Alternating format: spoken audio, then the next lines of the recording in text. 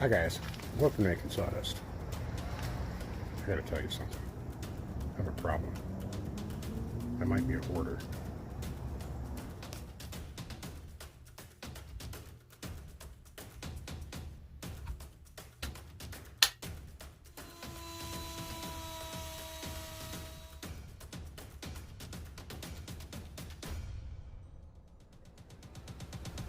Why do I need 3 table saws?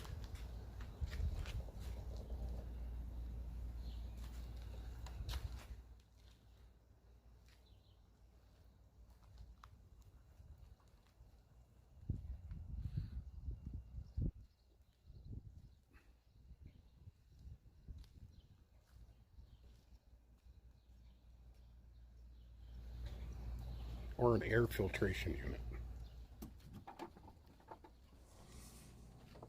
Last weekend I picked up this router table saw combo, homemade model. Probably came off some YouTube plans. It's about 36 inches tall. Tabletop's about 36 inches deep by 4 feet wide. Also has a Ryobi 10-inch table saw in it, which I'm most likely not going to use because I have my Skill 3410 job site saw that I'd like to mount in it. And I also received this large air handler, homemade job again, about 2 feet by 2 feet, and a little over 3 feet long. Really large furnace blower in it, and I'll tell you what, I already have it hooked up, and the thing will clean some air. I was going to build one originally for my shop and just have not gotten around to it, so I paid $70 for the group. Billy Joe, are you just standing back watching the circus? Yes. The next challenge is actually getting it down in my basement. I have to take the tabletop off somehow, and there's really no exposed screws from the top or the underside, so I really kind of have to just pry the thing off. There was actually only 2 construction screws in the front side of it, but they were hidden, and it was not glued on, so that was very helpful. It was a bit of a challenge going downstairs, but I made it. So guys, if you remember one of my latest videos, I picked up this Craftsman contractor table saw, and that replaced my Skill right back here. Well, originally I was going to take my Skill and build it into my bench and have it slide out so it can kind of be out of the way and I'd have some more room. But then I purchased this beast, which is right in the middle of this area. It makes this area between my drum sander, my Shopsmith drum sander, and my table saw wing pretty tight. So I need some options here. The more I stand at my drum sander, the more I realize that I can tackle this foundation wall area and maximize some space, just like I did with my big long workbench over here. If you haven't seen one of those videos, it's titled New Benches and Underground Shop. I'll leave a link right up there, a card, and also down in the description. So my thought is to remove this piece of plywood behind my Shopsmith, excavate a little bit, move that wall back, shore it up. I'll be able to move my Shopsmith back about 12 to 18 inches. It'll allow me for a shelf and possible small tool wall for all my fixtures and wrenches and things that I use for my Shopsmith. That'll give me more room right here. Now, the reason you clicked on this video is I purchased a 3rd table saw. I know, that's just crazy, but I couldn't pass it up. This is a production shop. I have cutting board blanks here, another style cutting board blank here, recipe boxes back here, Japanese boxes over here, and another project over there. It's very efficient for me if I can have machines set up for certain operations and I don't have to break down and set up again and break down and set up again. So I thought what would be nice is to have another table saw in a small area. I could use my skill right here. And I figured it could actually go where this, let's call it storage, is. So let's start cleaning up this area.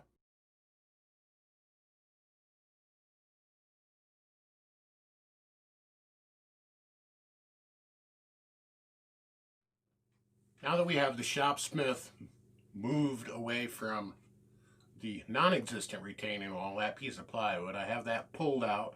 That was a chore. We have this pallet exposed, and my bench, my rolling cart, I want to sit lengthwise right here. So I'll have my table saw approximately right here, and then I'll have the router area right here. Now there are a few challenges with that. I still have to remove all this loose debris. There's broken bottles, there's empty caulk guns, there's just debris that obviously got chucked over the wall at some point. So I'm going to remove that. But I need to do that because I want to be able to shore up this foundation, build a wall, move my shopsmith back. So I'm going to be able to excavate some of this loose stuff, move my thing back about 12 inches. The other challenge I have here is this pallet is 48 inches tall. The top of my bench is about 36. So what we're going to do is we're going to cut this pallet down right around this area right here. I remind you, I'm in a rental. There's not a lot of things I can do, but this type of improvement really can improve the functionality of my shop. So I'll put you on time lapse, and I'll put my mask on and fire up my air filter unit. We'll get working.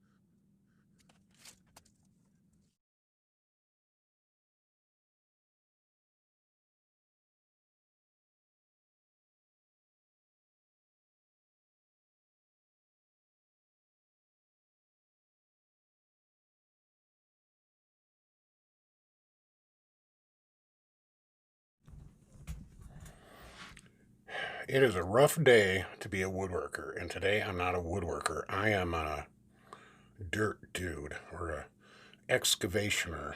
I didn't make mud pies when I was a kid, and I don't like playing in the dirt right now.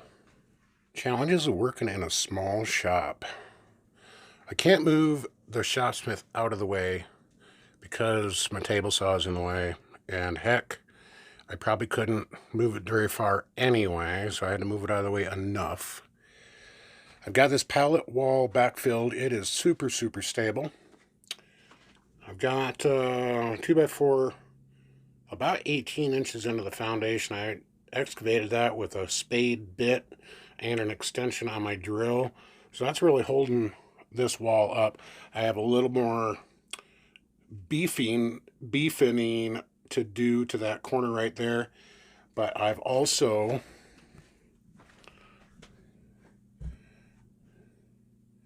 put a 2x4 down on the floor. And this foundation, this dirt is like a clay bentonite mix. It's super, super hard. And you can see where I was chipping away with my hammer in that corner right there. I've driven 12-inch long spikes down into the ground, and that 2x4 is basically going to stabilize my piece of plywood that's right there. So we're going to move that piece of plywood back towards that wall, attached to that 2x4.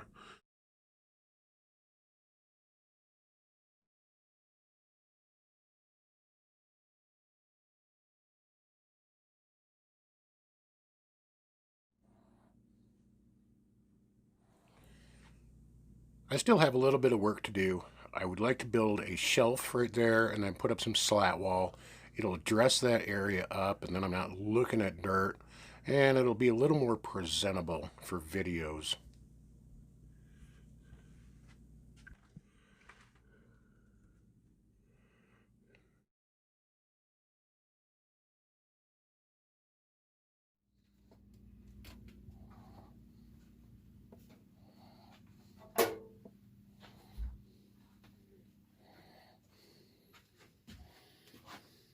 So I am going to call that a success, even though there were some challenges.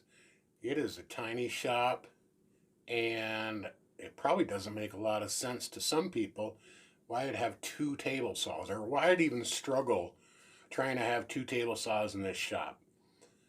I want to be able to add functionality to my shop. I actually own 3 table saws right now, 3 routers, only 1 bandsaw.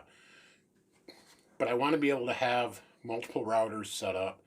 I'd like to have my small job site table saw set up along with his contractor. I don't do a lot of large things in my shop because it's hard to get that large project back out of my shop. So it doesn't make a lot of sense bringing large materials down in. But if I'm milling up cutting board stock on my contractor, I may also have another small project like my boxes going on, and I need to cut spline, so I need a flat tooth grind blade. And I absolutely hate changing saw blades. I'm going to have a dado stack in my radial arm saw. That's going to be a dedicated dado stack in that radial arm saw. I'm going to have this with a thin kerf ripping blade, and then my skill with a flat tooth grind, spline or small dados or half laps. So it really just does add a lot of functionality. I'm going to have to add some electric in my shop. I have an outlet above my shopsmith that runs my Porter cable router and my shopsmith, but now I've just added a table saw back here with an area for a router. So I'm going to have to run some power over here, and I also just added my air handler, which ate up part of a 2-prong socket. So I need to be able to run dust collection, air handler, planer, table saw, drum sander, router, handheld router, sanders, things like that. I need to have outlets in multiple locations. I have enough power here, so I'm not going to be popping breakers. My dust collector, it's a shop vac. I can run my shop vac and my sander, my shop vac and my table saw at the same time. I'll still run my LED lights. So I want to be able to encourage you folks, if you have a unique space, a small space, a tiny workshop, think of ways that you can improve your efficiency. You're probably selling things on Marketplace or eBay or Etsy or on your website. Efficiency can come from running multiple projects at once.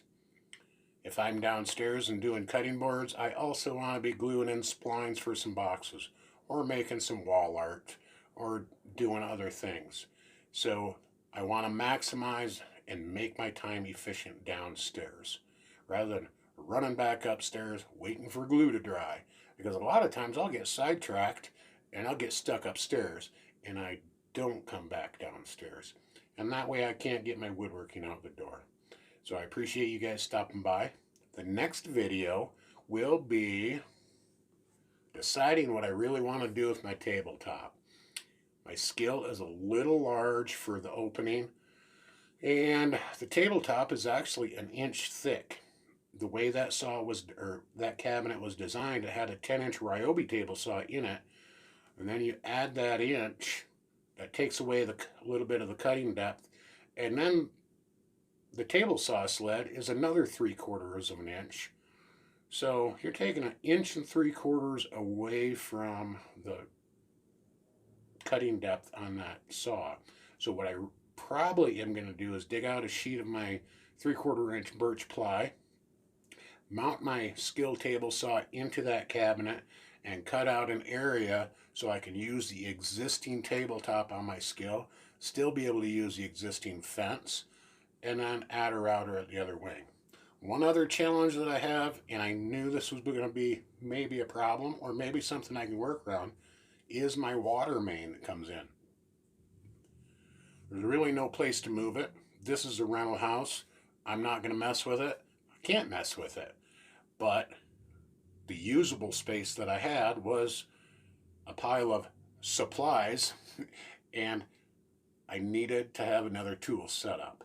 So we'll see what challenges come about with the water main and how I set up that cabinet, and we'll move from there. Stay tuned for Making Sawdust. If this is the first time to the channel, make sure you hit that subscribe button if you enjoyed the content. Give me a like, leave me a comment, tell me what you think. Let me know how you're doing things in your tiny shop, your small workshop, and how are you increasing the efficiency of your work. I think it's time now to get out in the shop, which I'm already here, and make some sawdust. Thanks, guys.